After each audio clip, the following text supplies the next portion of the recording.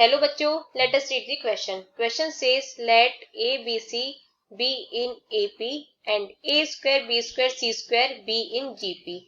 If A is less than B is less than C and A plus B plus C is equal to 3 by 2, then the value of A is option A 1 upon 2 root 2, option B 1 upon 2 root 3, option C 1 by 2 minus 1 upon root 3, option D 1 by 2 minus 1 upon root 2. तो आइए सबसे पहले इसके लिए की concept को समझ लेते हैं। की कंसेप्ट तो यहाँ पे की कंसेप्ट क्या हो जाएगा, तो सबसे पहले हम एपी सीरीज की कंडीशन के बारे में डिस्कस कर लेते हैं।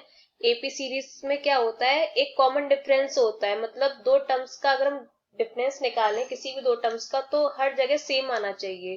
तो इसे हम कैसे लिख सकते हैं, जैसे पहला टर्म हो जाता है ए, दूसरा टर्म हो जाता है ए प्लस डी, तीसरा टर्म हो जाता है ए प्लस टू डी। इस तरह से हम इसको लिख सकते हैं, क्योंकि अगर हम यहाँ से a प्लस डी माइनस ए करेंगे तो d मिलेगा हमें, a plus two D minus A plus D करेंगे तो अभी हमें यहाँ से d मिलेगा। तो इस तरह से हम एपी सीरीज को लिख सकते हैं। इसके अलावा जीपी सीरीज के बारे में अगर डिस्कस करें तो फॉर जीपी यहाँ पे ये एपी, तो जीपी सीरीज के लिए हम क्या लिख सकते हैं, जैसे हमारे पास तीन नंबर्स हैं ए बी सी और तीनों नंबर्स हमारे जीपी में है, आर इन जीपी। तो इसके लिए हम क्या लिख सकते हैं, ये हो जाएगा B square is equal to A C. ये हमारी जीपी सीरीज की कंडीशन होती है।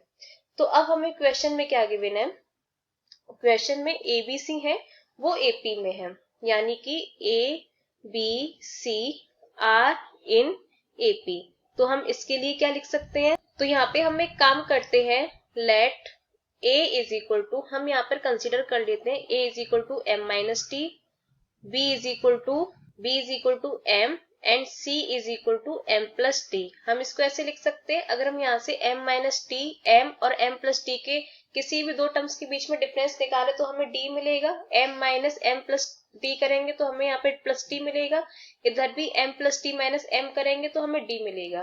तो हम इसको ऐसे लिख सकते हैं। तो और इसके अलावा हमें यहाँ पर एक क्या कंडीशन की बिना a plus B plus C is equal to 3 by 2। तो इसको लेते हैं हम a plus B plus C is equal to 3 by 2। तो यहाँ से ये क्या हो जाएगा, हम यहाँ पे तीनों की वैल्यूज पुट करते जो कि अभी हमने कंसिडर करी थी, m minus T plus m plus D. तो यहाँ से क्या हो जाएगा इज इक्वल टू 3 बाई 2। तो यहाँ से ये d से d कट जाएगा तो 3m क्या हो जाएगा 3 बाई 2। तो यहाँ से m की वैल्यू हमारे पास कितनी आ गई, 1 बाई 2 आ गई। अब इसके अलावा हमें एक और condition given, a square B square C square in GP. तो यहाँ पे हम इसको लिखते हैं a square comma B square comma C square are in GP. तो इसको हम क्या लिख सकते हैं, बी स्क्वायर की power square is equal to A square C square, अभी हमने की कंसेप्ट में पढ़ा था। तो ये हो जाएगा b to the power 4 is equal to A square C square, ये हो गया। तो यहाँ से हम a और c की वो वैल्यूज पुट कर देते हैं जो कि हमने अभी कंसीडर करी थी, और b की भी। तो यहाँ से क्या हो जाएगा, b की हमने m मानी थी तो m to the power 4 is equal to a की वैल्यू हो जाएगी m माइनस टी और इसका whole square, c m plus T और इसका होल स्क्वायर।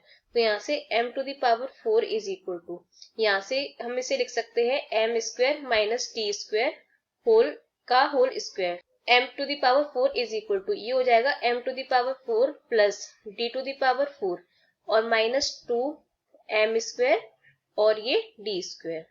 तो यहाँ से m to the power 4 cancel हो रहा है, तो क्या बच रहा है यहाँ पे, ये बच रहा है d to the power 4 minus 2 m square d square is equal to 0।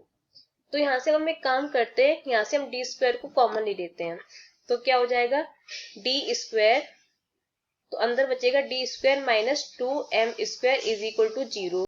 तो अब ये इनका प्रोडक्ट जो है वो 0 के इक्वल है, या तो यहाँ से d स्क्वायर 0 होगा या तो यहाँ से d square minus 2m square 0 होगा। d तो हमारा 0 नहीं हो सकता क्योंकि d हमारे यहाँ पे कॉमन डिफरेंस है और कॉमन डिफरेंस 0 नहीं होता है। तो इसका मतलब d square minus 2m square is equal to 0, ये कर देंगे। तो यहाँ से और यहाँ पे हम लिख सकते हैं d is not equal to 0। तो यहाँ से क्या बनेगा, d square is equal to 2m square और d square is equal to यहाँ से 2 इंटू एम की वैल्यू कितनी आई थी, एम की वैल्यू आई थी 1/2, तो पुट कर देते हैं। तो यहाँ पे हो जाएगा 1/4, ये 1/4, तो ये 2 से 4 2 बार कैंसिल, तो d इज इक्वल टू कितना आ जाएगा हमारे पास में 1/√2, ये आ गया। तो यहाँ से हमारे पास m की भी वैल्यू आ गई, d की भी वैल्यू आ गई। तो अब हम a की वैल्यू फाइंड कर सकते हैं, हमें क्वेश्चन में a की वैल्यू पूछी गई है। तो a इज इक्वल टू, हमने क्या माना था, a को m माइनस d माना था, तो दोनों की वैल्यूज को पुट कर देते हैं। तो m की वैल्यू थी 1/2 और d की वैल्यू आई -1 अपॉन, ये माइनस साइन ये यहाँ का है, और d की वैल्यू आई 1/√2। तो ये हमारा आंसर हो जाता है। तो देख लेते कौन सा ऑप्शन सही है इसके लिए। Option D is correct, option D is correct. Hope you understood well, best of luck.